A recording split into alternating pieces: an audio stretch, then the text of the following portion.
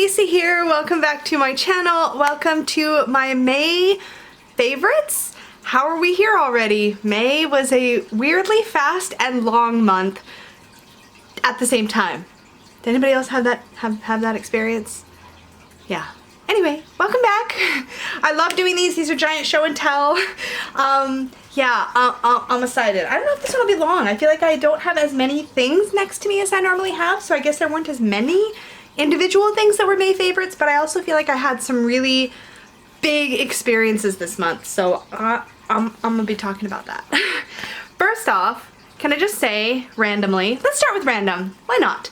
I'm still loving our soda stream. This is a peach iced tea ginger ale combination in this, and it is delicious. It seems darker at the bottom, but it's because the cup gets narrower at the bottom.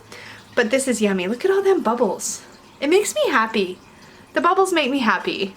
Probably nobody's surprised by that, but I really like the bubbles. And I feel like it's actually pretty cool because you get the canister that has the bubble stuff. Somebody's gonna be like screaming at their computer right now or their phone. Is it carbon dioxide?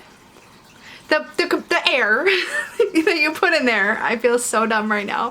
The air that you put in there comes in a can and like a canister kind of thing, and you use it, and then when you need to get another one, you take the old one back and they refill them. So there's literally no can waste, which is great. The syrups still come in plastic bottles, but those bottles have been really great for reusing. So I feel like in general this is a much lower impact fizzy drink.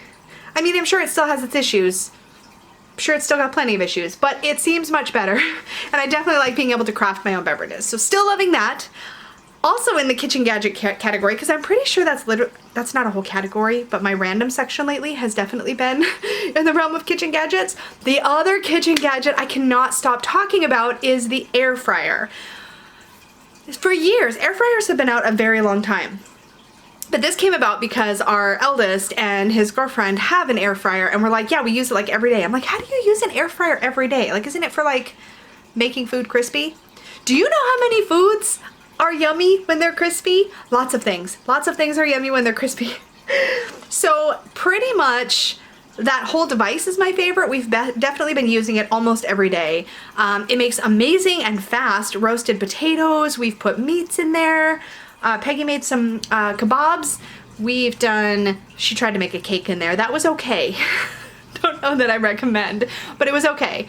But like all of the things that like you want them to taste fried are so yummy in the air fryer. Like I don't even know if it's ultimately the healthiest decision to have it, because definitely I find that we eat a lot more, I've been eating a lot more like tater tots. Tater tots in the air fryer are probably one of my favorite things.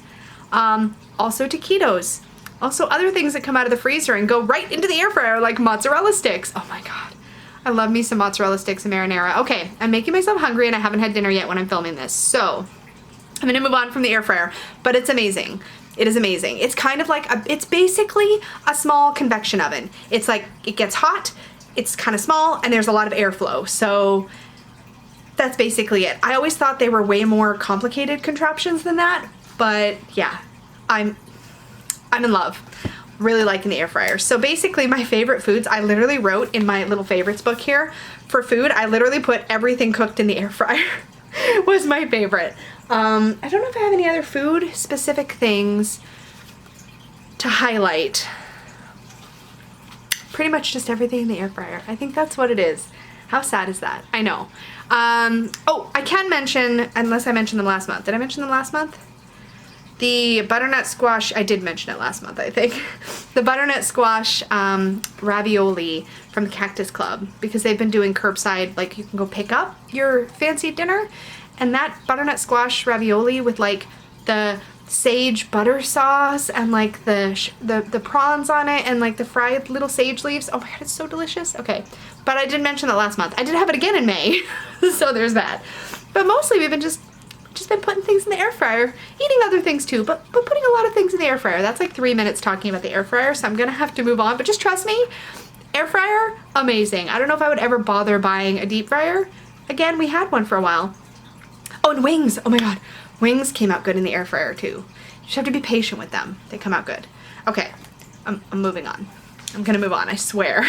Okay, away from food, let's talk about books now, because I have a lot to say about books and I won't wait till like the near end for books.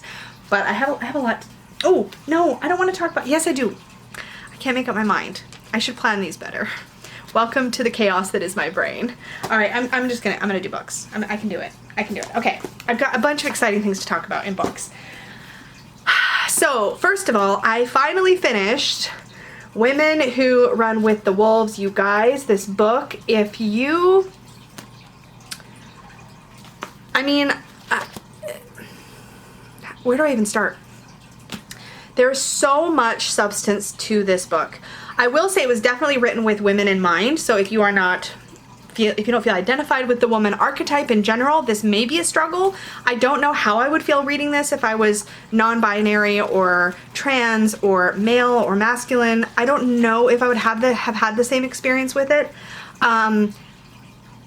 However, with that said, this has so much depth and so much healing, and I've probably been talking about this book in my favorites or in my kind of recaps since at least I feel like summer of last year, if not fall, when I started this book. But it's been one of those books that I've needed to digest in small pieces. And like, I mean, you can tell I have like read the crap out of this book. Like, this is one of those books, and I haven't done this in a very long time, you guys, but this is one of those paperbacks, sorry, I have to mute my phone, where I have been like literally like doing this kind of business. And I'm sure there are book junkies out there that are cringing. I haven't handled a paperback like this since high school. But there's something about, I don't know, it almost feels like it needs to be abused. That sounds terrible. But it's hard to describe, but this particular book is one that you want to like shove in your bag and like mark on and highlight, and like, which I have highlighted all through this book. In fact, let me just share with you. Did I dog ear? This is the question. Okay, here's one. I mean, there were so many like power words in this book, and it's definitely one that I will be going back to again and again, but let me just share this. So this was in the chapter that talks about the story Baba Yaga, the story about Baba Yaga, but here is this paragraph that I highlighted. Like the word wild, the word witch has come to be understood as a pejorative, but long ago it was an appellation given to both old and young women healers. The word witch deriving from the word wit, meaning wise. This was before cultures carrying the one God only religious image began to overwhelm the older pantheistic cultures which understood the deity through multiple religious images of the universe and all its phenomena. But regardless, the ogress, the witch, the wild nature, and whatever other creaturas and integral aspects the culture finds awful in the psyches of women are the very blessed things which women often most need to retrieve and bring to the surface. And that is on page 97 of like a 500-page book. And if you can imagine how many passages are like that throughout this, I mean, like, look at this. Pretty much this whole section is highlighted. Here's another interesting thing. When we think of reclamation, it may bring to mind bulldozers or carpenters, the restoration of an old structure, and that is the modern usage of the word. However, the older meaning is this. The word reclamation is derived from the Old French réclamer, meaning to call back the hawk which has been led to fly. Yes, to cause something of the wild to return when it is called. It is therefore, by its meaning, an excellent word for us. We are using the voices of our minds, our lives, and our souls to call back intuition, imagination, to call back the wild woman, and she comes. I mean, if any of that even remotely like piques your interest, this is so worth reading, and it's worth rereading, and it's worth, like, this is a book where I could see myself going to the index and like being like, okay, I want to revisit this story, or I want to revisit this idea, or I want to look up this word and see what passage it's referring to. And I love books like this that have indexes, by the way. But there's so much here that I think aligns beautifully with both my healing journey and my spiritual practice and my self-worth journey, that this is this is just a really, really wonderful book. I'm sad that I didn't read it sooner in life because I feel like it would have had wisdom for me that could have helped me over several humps. But there's a lot here about healing. There's a lot here about finding your own personal power. There's so much good stuff. I could talk about this, and obviously I am a lot. So there's a lot here. But in essence, if I had to describe this book, I would say that this is a myth meets psychology kind of book where several different fables or stories are explored in the depth of their meaning to provide guidance and a bit of a light, like a guiding light to personal growth. So you might read a small story that only takes a couple of pages to read, and then for quite a few pages after that, Clarissa will break that story into its multiple components and share how each part of that story is a powerful archetype for healing or for reclaiming or for finding a part of yourself that is lost. And it is good stuff. So highly, highly recommend. Okay, that's enough on that. All of the books I have to mention are really, really powerful in their own way. So the other book I want to talk about, this is really exciting, and I finished it in May. Not this, but this is the prequel. So the She Book by Tanya Marcool. I've talked about this on my channel a bunch of times before. I personally identify with most of the poems in her books. Books? Okay, getting ahead of myself. Here's one, just randomly, that I had dog-eared. Find the warrior within and listen to what she says. I am free. I am cosmic. I can change. I am beautiful. I am calm. I am grounded. I am worthy. I am ecstatic. I am capable. I am confident. I can follow through. I am electric and empowered. I am a winner. I am messy and imperfect. I can make nourishing decisions. I am not my parents or my society. I am an alchemist, creator, and magic maker. I am love. I am sparkle in the dark. I am life. I am me, and it is enough. You guys, Tanya Marcool, her social media sort of moniker is Thug Unicorn. I've talked about her a bunch before. I love her work. I love her words. I love what she puts on her Instagram. I love, love, love her work. And so when she posted that her second book, The She Book 2, Volume 2 was coming out, and they were looking for people who were interested in reading an advanced copy and talking about it, I was like, me, please. So I wrote to them, and because of everything going on in the world right now with shipping and things like that, they did send a digital copy, so I have already pre-ordered the physical copy, but I have read the She Book Volume 2, and it is just as beautiful, just as profound. Literally any one of these poems could be used as a spell, could be used as a working, could be used as a prayer or an invocation or power words. It is so, so, so, so good. And as an example, I will read you the first, is it the first poem in the She Book 2? You guys will love this. A call to four corners. To the direction of north, to the element of earth, may you be guided toward truth. To the direction of east, to the element of air, may you discover your wings. To the direction of south, to the element of fire, may you rise and fall like dusk and dawn. And to the direction of west, to the element of water, may you always find your way. Woman, be like water and find your way home. And that wasn't even one of the numbered poems. That was basically like the dedication in the book. So let me just randomly grab one other here for you. Oh, this one, she's posted this one on social media, and I love this. And she just numbers her poems. So this one is 119. Do not believe the things you tell yourself while possessed by the demons of your inner shit. Like, please buy this. If you are working on personal growth, buy She Book 1, buy She Book 2. She Book Volume 2 is, I'm on the pre-order on Amazon. I think it's coming out in the summer or in September. I'm really bad at remembering. I'm so sorry, but it is just as good as the first one. I can't wait to have my physical copy so I can dog-ear it and mark it up. I love books like this, you guys, for my spiritual practice, because while I'm not necessarily, I've always loved poetry, but this kind of poetry is something a little bit different. And it was really Tanya who turned me on to this particular style of writing, and ever since then I have ended up finding other authors who write similarly or have a similar kind of cadence or voice, and they all are voices of healing and people usually who in their personal lives have had trauma, something that I personally identify with. And Tanya Marquoul's work, it's as if I wrote it, as far as like the stories that it tells and the way that it expresses emotion and experience.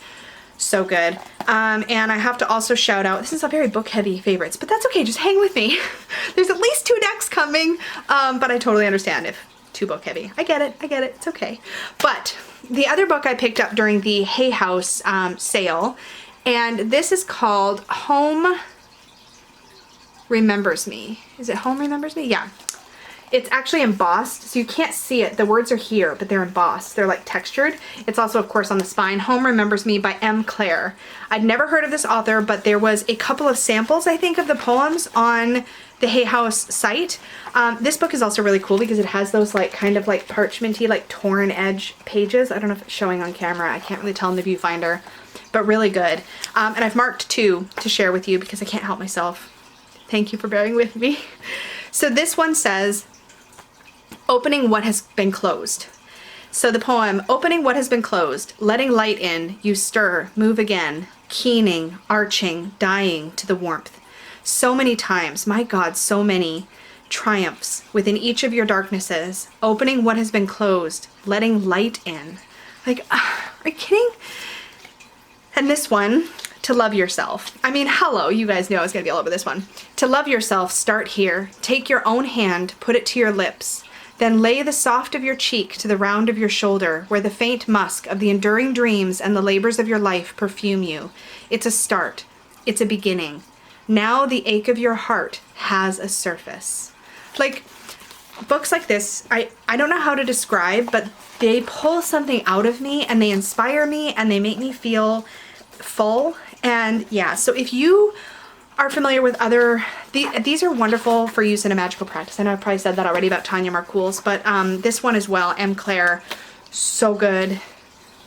I've only just begun diving into it and chewing on it, but really, really good. I mean, not like chewing on it, but like, you know, mentally, emotionally chewing on it.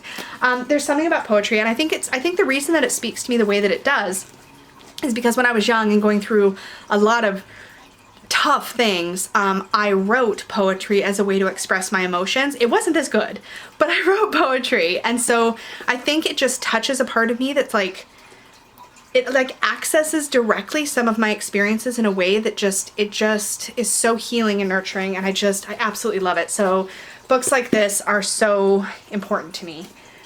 So this, it's just been a very like, I feel like it's been a very like depthy month for this kind of reading, obviously because this is what I've been doing. And to be honest, I haven't even finished.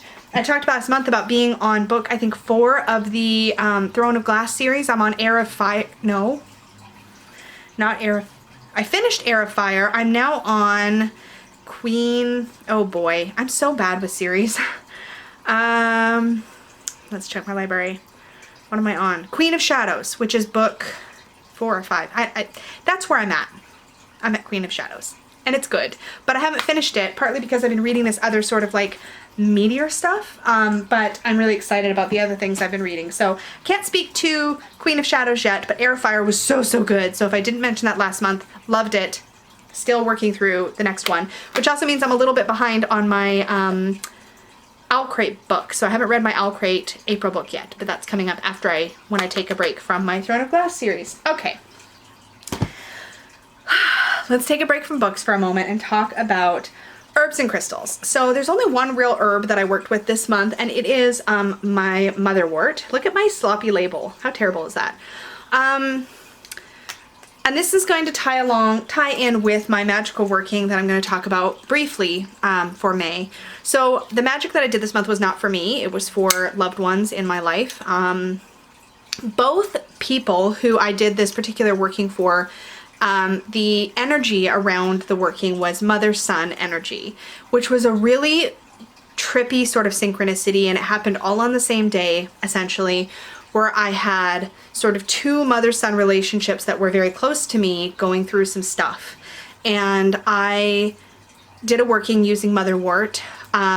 I also used a earth water themed or charged anointing oil, and a tea light, and a lot of intention. It was a very simple working, again, just one herb, one little tea light, one oil, and a lot of heart and a lot of intention around both protection and support and healing. And it was really, really powerful, and it was the only, like I said, it was the only working I did through the month of May. But I don't often give myself the opportunity to do, I don't want to say to do simpler workings, because I do lots of simple magic, but this one just felt, it felt very focused, and it didn't get too cluttered up. Sometimes I have a tendency to grab for more and more correspondences because I want to just add. And with this, I wanted it to be very clear. I wanted it to be very focused. And so this was the herb that I used, and this was really all I felt like I needed. So it was really powerful. I didn't look up any correspondences. I was like, motherwort. This is a mother-son kind of energy. So that's what I did. And it was really, really good. Crystals, I've been using my Witch's Bounty pendants for different purposes. I've talked about this a bit on the channel before. Through May, I really felt like I wanted to work with fiery energy. So I was working with this cherry quartz pendant, which is one of my very favorites. This is definitely the only really fiery pendant that I have.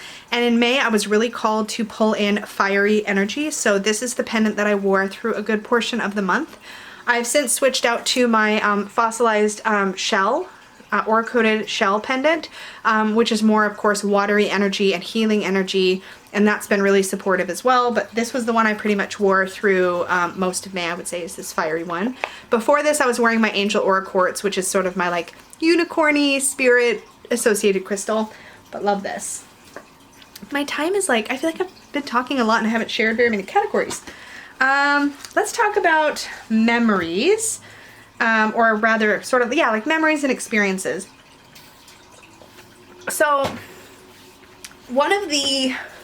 there's two big memories, but I'm talking about the first one first because that makes sense, right?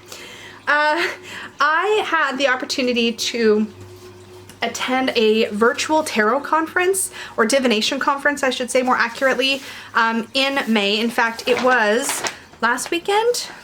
Was it last weekend? What day was it? Was the 30th?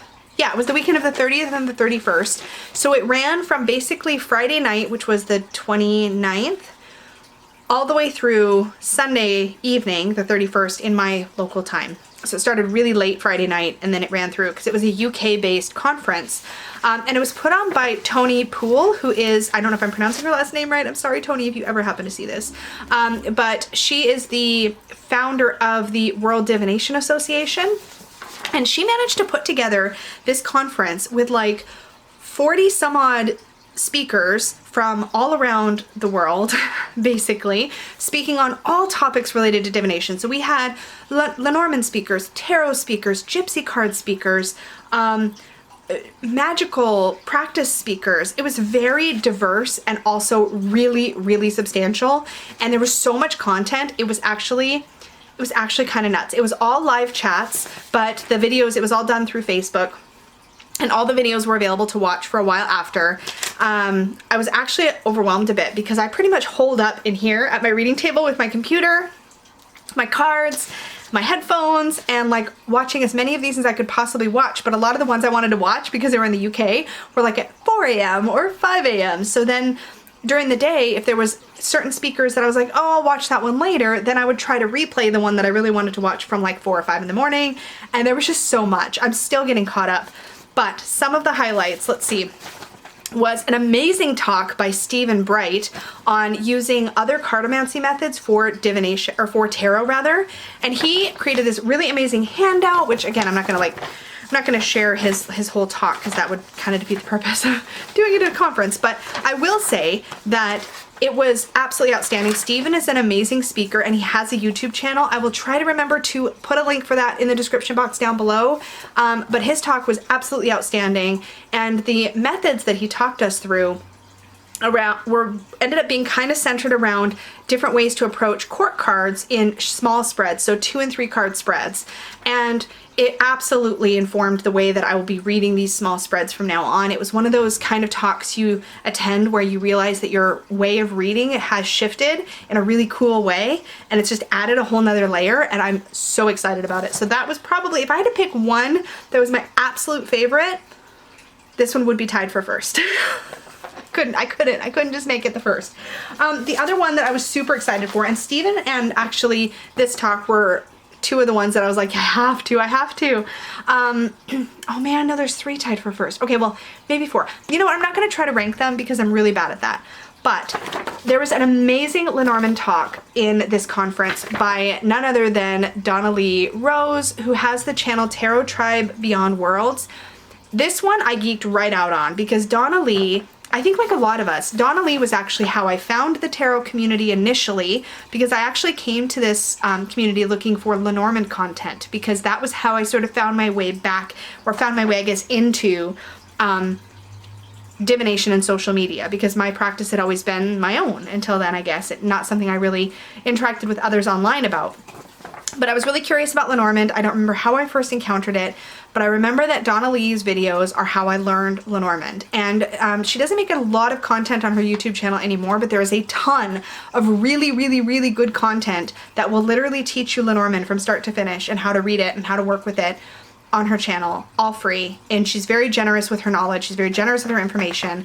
But she did a talk on interpreting yes/no questions with the Lenormand, and the inspiration for her talk was the Magic 8 Ball. And it was such a great talk about basically working with positive cards, neutral cards, negative cards, and it was so fantastic, and I want to watch it like 2 or 3 more times. It was so good, and it was mostly just really exciting and fun to me to be in a live talk with Donna Lee. It was like one of those like bucket list kind of things. I know it's like, I don't know if anybody else is like this. Do you fangirl over people in like the tarot or divination world, like authors or like these? I fangirl like crazy. It's so funny. But Donna Lee's one of the people that I've just always been so grateful for, and her voice has just helped me so much in learning how to read Lenormand and really opened me up to Lenormand, and her methods are just really easy to understand, and I could just go on and on and on. But this was so good. So that was really, really exciting. Mary Kay Greer did a talk on essentially intuition versus psychic ability, and that was really, really wonderful as well. Oh my god, you guys, there were so many.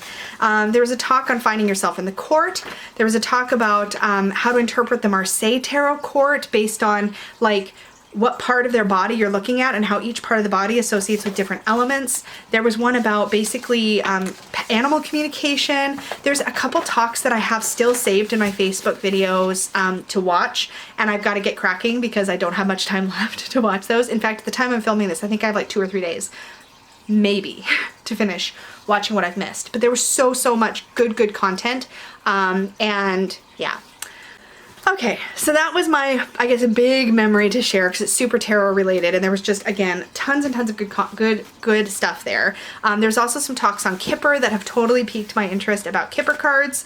Tony Poole being one of the people who talks about Kipper, and I think she also runs the World Kipper Association Facebook group. I could be wrong about that, but I know she's associated with that Facebook group. I just don't know if she's the creator. I'm assuming she is, though. But she's known as the Card Geek. She also has a YouTube channel. Did I mention it yet? I think I did. But if I didn't, I'll try to remember to also have a link to that down below, because she's apparently got a bunch of content on Kipper. I'm not jumping down that rabbit hole just yet, but it's on my to-do list at some point because it sounds really fun, really exciting. Definitely want to do that. Okay. I'm going to talk about TV, and I'm going to talk about YouTube, and then I'm going to circle back to my last memory at the end. And tarot. We're going to talk about tarot. You know what? Let's take a breather from all of that talk and talk about tarot. Because actually in May, there was a deck combo that I used through half of the month. Absolutely blew me away. It was such a favorite, both decks. So I've only got 2 decks to talk about.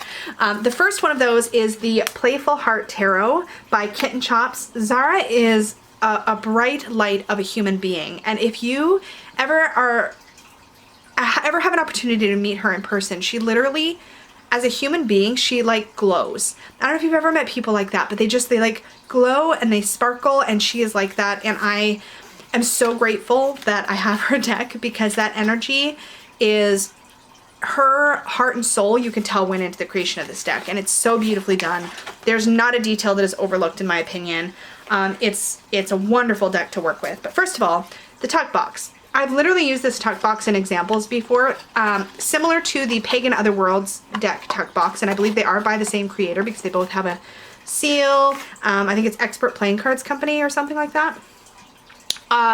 Excellent quality tuck box. I never say that about tuck boxes, but this is one that you feel like is going to actually hold up. The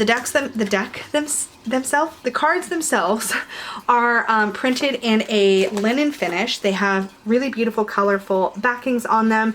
I mean, you can tell they're not, I mean, you can reverse them, but you'll be able to see which is reversed. I don't mind that because I don't really work with reversals, and even if I did, I think that's kind of a cool effect. But it's a linen cardstock. These are a delight to shuffle. They're a really good size. Let's see if I can hold them in a way where you'll be able to, let's just do a smaller stack, that might help, so that I can hold them and let the camera focus. They are, it's really hard to describe. When I first saw this deck, I was like, is this for me, art style wise? The more time you spend with this deck, the more emotion and depth that comes through. This is one of the bonus cards. There's so much here to unpack and to work with. This is a very balanced deck. While it has sort of a cute, almost inner child friendly aesthetic to the artwork, there's something about it that is, like I said, full of emotion. So I find that it reads in a very balanced way. It doesn't lack any kind of depth. I could pull this out for any kind of reading and it would give me a good reading, which in a way reminds me of my Mom's Tarot, and it's right up there for me, you guys, with one of my all-time favorite decks. In fact, I literally hang it on the rack where I keep my most favorite and most often reached for decks, which someday I'll have to give you guys a tour of. Maybe I'll make that a new thing. But there's so much here and it's so well done. I don't even know how to properly do it justice. I talk about it a bit more in my full walkthrough, which if I remember, I will link up in the cards. I think up there. How have I forgotten already where the cards go? Anyway, I will link you a link to the full walkthrough I did of this deck. And I also recently would have featured this in May in my weekly deck reviews. So if you're ever curious about decks I talk about in my monthly favorites, you can always go onto my channel and look at my weekly deck reviews and find where I kind of gave you my right after working with them thoughts. But I absolutely loved working with this deck. It's such a good one, and I am so glad I have it because I waffled for a little while because I was like, I don't know, I have so many playful decks, but even though this is a playful deck, it's literally called the Playful Heart Tarot, it is one of this one and Mom's Tarot, I would say, are my most universally usable playful decks, if that makes any sense. Love. So that was a lot of fun. And I keep it in this really bright green Peggy bag, which I love too because it's got all that like neon-y greenness to it. I don't know if I'm making sense. This deck does not have a bag yet, and I haven't decided what it's going to go in. We'll see. I'll find the perfect one eventually, but I actually used this with the Playful Heart Tarot, and this is the When My Soul Whispered Oracle deck. It's funny. This is by Melissa Salvaggio. Yeah, Salvaggio. When I backed this deck, I was worried. I was like, was I too impulsive? Do I really need another animal deck? But this deck has so much depth. First of all, again, the production quality is amazing. It's a rose petal finish, matte gold gilding, really nice, like sturdy cardstock. And this is actually a like bridge size deck, I think, or a poker size deck, one of the, playing card size. So it's really easy to handle. There's so much thought in this deck, you guys. So first of all, beautiful artwork, line work, and like this watercolor, really great expansive keywords. And the use of color is very intentional to work with your chakras. So you also have cards that actually represent the chakras. So intuition would be your third eye chakra. But I just found this to be such a usable, versatile deck. And initially I bought it backed it because I was like, it's got a unicorn and a ladybug. I must have it. But it's worth so much more than that to me, having worked with it. Here's heart chakra, solar plexus. And I had such a great experience with it, and it gave me great readings. these are the kinds of decks that I really love working with next to tarot, because these expansive keywords, the beautiful artwork, all of that makes it work so, so well. And this pairs so beautifully with the Playful Heart Tarot, because the Playful Heart Tarot is full of exploding color and lots of things happening on the cards. And then you get this clean white space with this clear, direct image and keyword. And that combination was out of this world. I don't know if I could bring myself to pair the Playful Heart Tarot with any other deck, having paired it with this deck, but this has also become one of my go-tos for any of my chakra-based readings that I do. I really loved working with this deck. So it was a bit of a sleeper in a way. I backed it because I felt like I was like, that's pretty, and it's got a unicorn and a ladybug.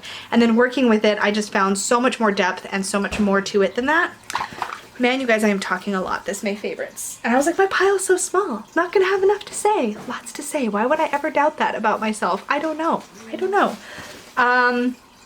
Okay. TV, movies, YouTube, and then one last memory. I can do this. Okay, so TV and movies. So mostly actually what I've been watching over the past month is more Broadway shows on the YouTube channel The Show Must Go On.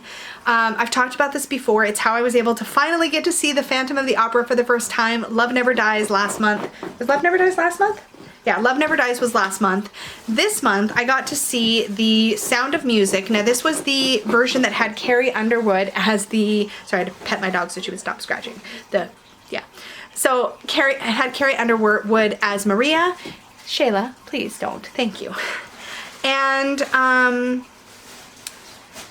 after I watched that, I had to then watch the Julie Andrews version, which is, of course, the best version that there is. So I watched The Sound of Music twice at the beginning of May, and then I went onto the Disney Plus channel, and I ended up getting sucked into, like, the world of short movies. What do you call them? Short films? Shorts? Shorts. And there are two shorts that I have to tell you guys about because they are both so, so good. The first one, if you are interested in any stories around the queer or LGBTQ experience, anything like that, this one is so good, and it literally made both Peggy and I bawl like little babies, and it is called Out. I think I said that already, but it's called Out. It was so good. It was a Disney Plus / Pixar short, and it was so potent and so good. And the beginning was like, I was like, I don't know where this is going, and then very quickly it just swept me up, and it was so good. It was so good. Please watch. It was so good. And then the other one, which I watched mostly to calm down after watching the first one, was called Piper. And Piper is just the sweetest, cutest, most adorable little short. And it will not wreck you like most shorts do. I think the first short film I ever watched, like intentionally, like on purpose, like looked up and went and watched, was one that Julie Peekaboo Rose recommended called Kit Bull. That one will destroy you. It's worth a watch. It's so, so good, but it will destroy you. Out destroyed me a little bit, but Piper is safe. If you just want something a little heartwarming and cute, watch Piper. If you need a good cry, watch Kit Bull or watch Out. Depending on your proclivities. Both really, really good. And the other Broadway production that I got to see in May on The Show Must Go On is Hairspray. And this was the version that had, oh, I'm so bad with actors, you guys. I'm so bad. I don't know who played the main character, Tracy. But Queen Latifah was in it, and I think you can rent all of these on YouTube, by the way. The Show Must Go On releases them for like around 24 to 48 hours, depending on where you're located. And sometimes there's country restrictions. Sometimes you can watch one in one country and not in another, or you have less time in one than another. But keep your eyes out, because I think there's going to be another one soon. But really, really enjoyed watching Hairspray. That was really good. And I somehow managed to watch that in the same weekend that I went to the World Divination Association virtual conference. So I was pretty much glued to my computer screen for an entire 48 hours, easy. Poor Peggy, she didn't really see me. She was basically like divorced that whole weekend because I was nowhere. I was in here the whole time. Okay. Excuse me, I better have a sip. I'm talking myself out. Okay, YouTube favorites, things that happened YouTube-wise that I am super excited about. First, I finished filming my tarot memoirs, and in fact, at the time I'm filming this, my last episode, which was the Pentacles Quartz, is up on my channel, which means at the time I'm filming this, that series is done. This is monumental because I started the tarot memoir series in 2016, 2018? 2018, yes. So it's almost 2 full years to get it all done and out, and I'm really, really glad that I took my time. I could have put it out quicker than I did, but I felt like I needed like long breaks between majors and minors, and then between minors and quarts. I managed to not have as long of a break between the minors and the quarts, but I got there in the end. If you are looking to learn tarot, it's fun because you get to see, I think, a lot of different representations of the different cards, but we dive into meanings. I dive into meanings using some of my favorite tarot books, and I use different books for the majors than I do for the minors than I do for the quarts. There's some overlap, I think, but I always have some change between those. And I share bits and pieces of my own personal life and how the tarot cards that I'm talking about relate back to my personal life. So it was a really neat exercise, and I'm so excited to have that finished and up on my channel and available for perpetuity. It's a little cringy watching for me the first few videos when I was still super shy in front of the camera and stuff, but I get there in the end. It's good. So yeah, I really am proud of that, and I'm really glad that's done. And some shout outs. Oh my gosh, there's so many things I want to shout out, and I'm probably gonna forget most of them. Okay. Because I didn't write them all down like a doof. The first thing I want to shout out is Heather Carter's channel. Heather Carter makes a lot of similar content to what I make in her own unique voice. That sounded really weird, but hopefully you get what I mean. She makes content about witchcraft, about tarot, and about personal development, which is like, I make content about tarot and witchcraft and self-worth, and so there's a lot of, if you enjoy my channel, this is what I'm trying to say, if you enjoy my channel, you will very most likely enjoy Heather Carter's channel. I really like the way that she talks about different topics. I really enjoy when she gets in front of the camera and does rambles. She's done some amazing series. Most notably, recently, she did the 31 Days of Witchcraft prompt, which was 31 Days of Witchcraft videos that I participated in. In fact, I have filmed, I don't know what's going to go up first, but I've actually filmed my last few prompts and my recap, or my wrap-up, I guess, video. So that'll be, if it's not up already, it'll be coming soon, and if it's up already, I'll try to remember to put it in the cards. But that's been a really cool thing to participate in. She's got other great series on her channel, including the ABCs of Witchcraft and a beginner tarot series I think that she's also been working on for a while, so check that out. I will have a link to her channel down below. Another channel I wanted to shout out that I've been really, really enjoying a lot lately is Aquamarine18. Laura's channel is very... I just like blanked on the word that I wanted to use. I was gonna say like meaty, but that sounds like really wrong. And also I'm pretty sure her name is Lori. I'm really bad with this stuff, you guys. I'm sorry. Very, very sorry. But I also can't always read my own handwriting, so that's a problem that I have. In any case, Lori's channel has been really full of thought-provoking content, particularly through this last 31 days of witchcraft that was in May, because she participated in that as well. And there were so many of her videos where I was just like, wow, like the way she expressed that really made me stop and think and absorb in a different way. And I've just really been appreciating that. So check out her channel. I will have a link to it down below. She does a lot of those kind of talking sort of videos that I think if you enjoy hearing about witchcraft or about spiritual practice or just about different perspectives on things, you will probably very much enjoy that channel. And also, I wanted to shout out Marion. So Marion K, I will have a link to her channel down below. I don't watch very many readings on YouTube. There's a couple that I may watch when I'm in a mood for it, but I typically almost always watch Marion's. She does the moon in particular sign readings, as well as deck reviews and other tarot related content on her channel. But she did a full moon in Scorpio reading that knocked me on my butt. It was so spot on. I can't even begin to describe. And every time I tune into one of her readings, I find that they resonate very, very strongly with me and where I'm at. And that's always a fun experience when you find somebody who does like a week ahead or a month ahead or like a full moon or new moon readings and they really, really resonate. I love that. So check out Marion K's channel as well. I think that's all I have written down. The last favorite is a memory favorite, and I know we've been here for a while. Thank you for hanging with me. But this is my most favorite-y May favorite. And this is a printed copy of my manuscript, although it looks deceptively small because it's 4 pages to a page. But it is done. It is done. It is laid out. It is done. This was my final review copy to go through and find any last little things that maybe need to be tweaked or whatever. and then this went back to get it. This is the I don't have to do anything now. Like what happens next is that this gets loaded up into Amazon, and then I order a test copy and I look at that test copy, and once that's approved, we're like off to the races. Like then the Kindle version has to get created, but I'm under the understanding that that's gonna be fairly quick. So my layout wizard says. So I think we're aiming for end of June, maybe early July. So this is gonna be out before my birthday. I'm really excited. Here's a little sneak peek. Okay. I'm gonna stop about this, but this is definitely a huge thing. This has been about 3 years in the works, maybe 4.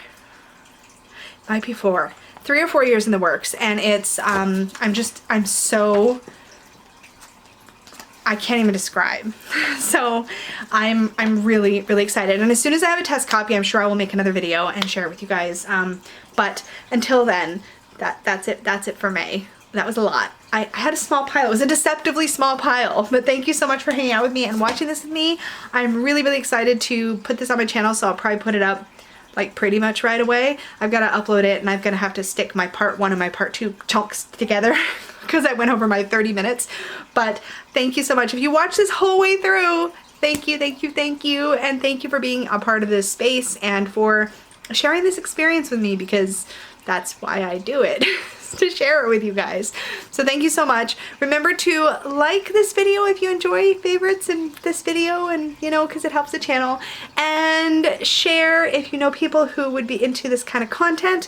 I make videos on tarot, on witchcraft, on self-worth, on books sometimes, and on other random topics, but mostly it's pretty tarot heavy here, let's be honest. Tarot and oracle heavy. So yeah, make sure you tell people about it. And please subscribe if you have not already. Hang out with me, stay, be notified about my future videos. You can hit the little bell thing, you know, all the good closing of the video kind of things.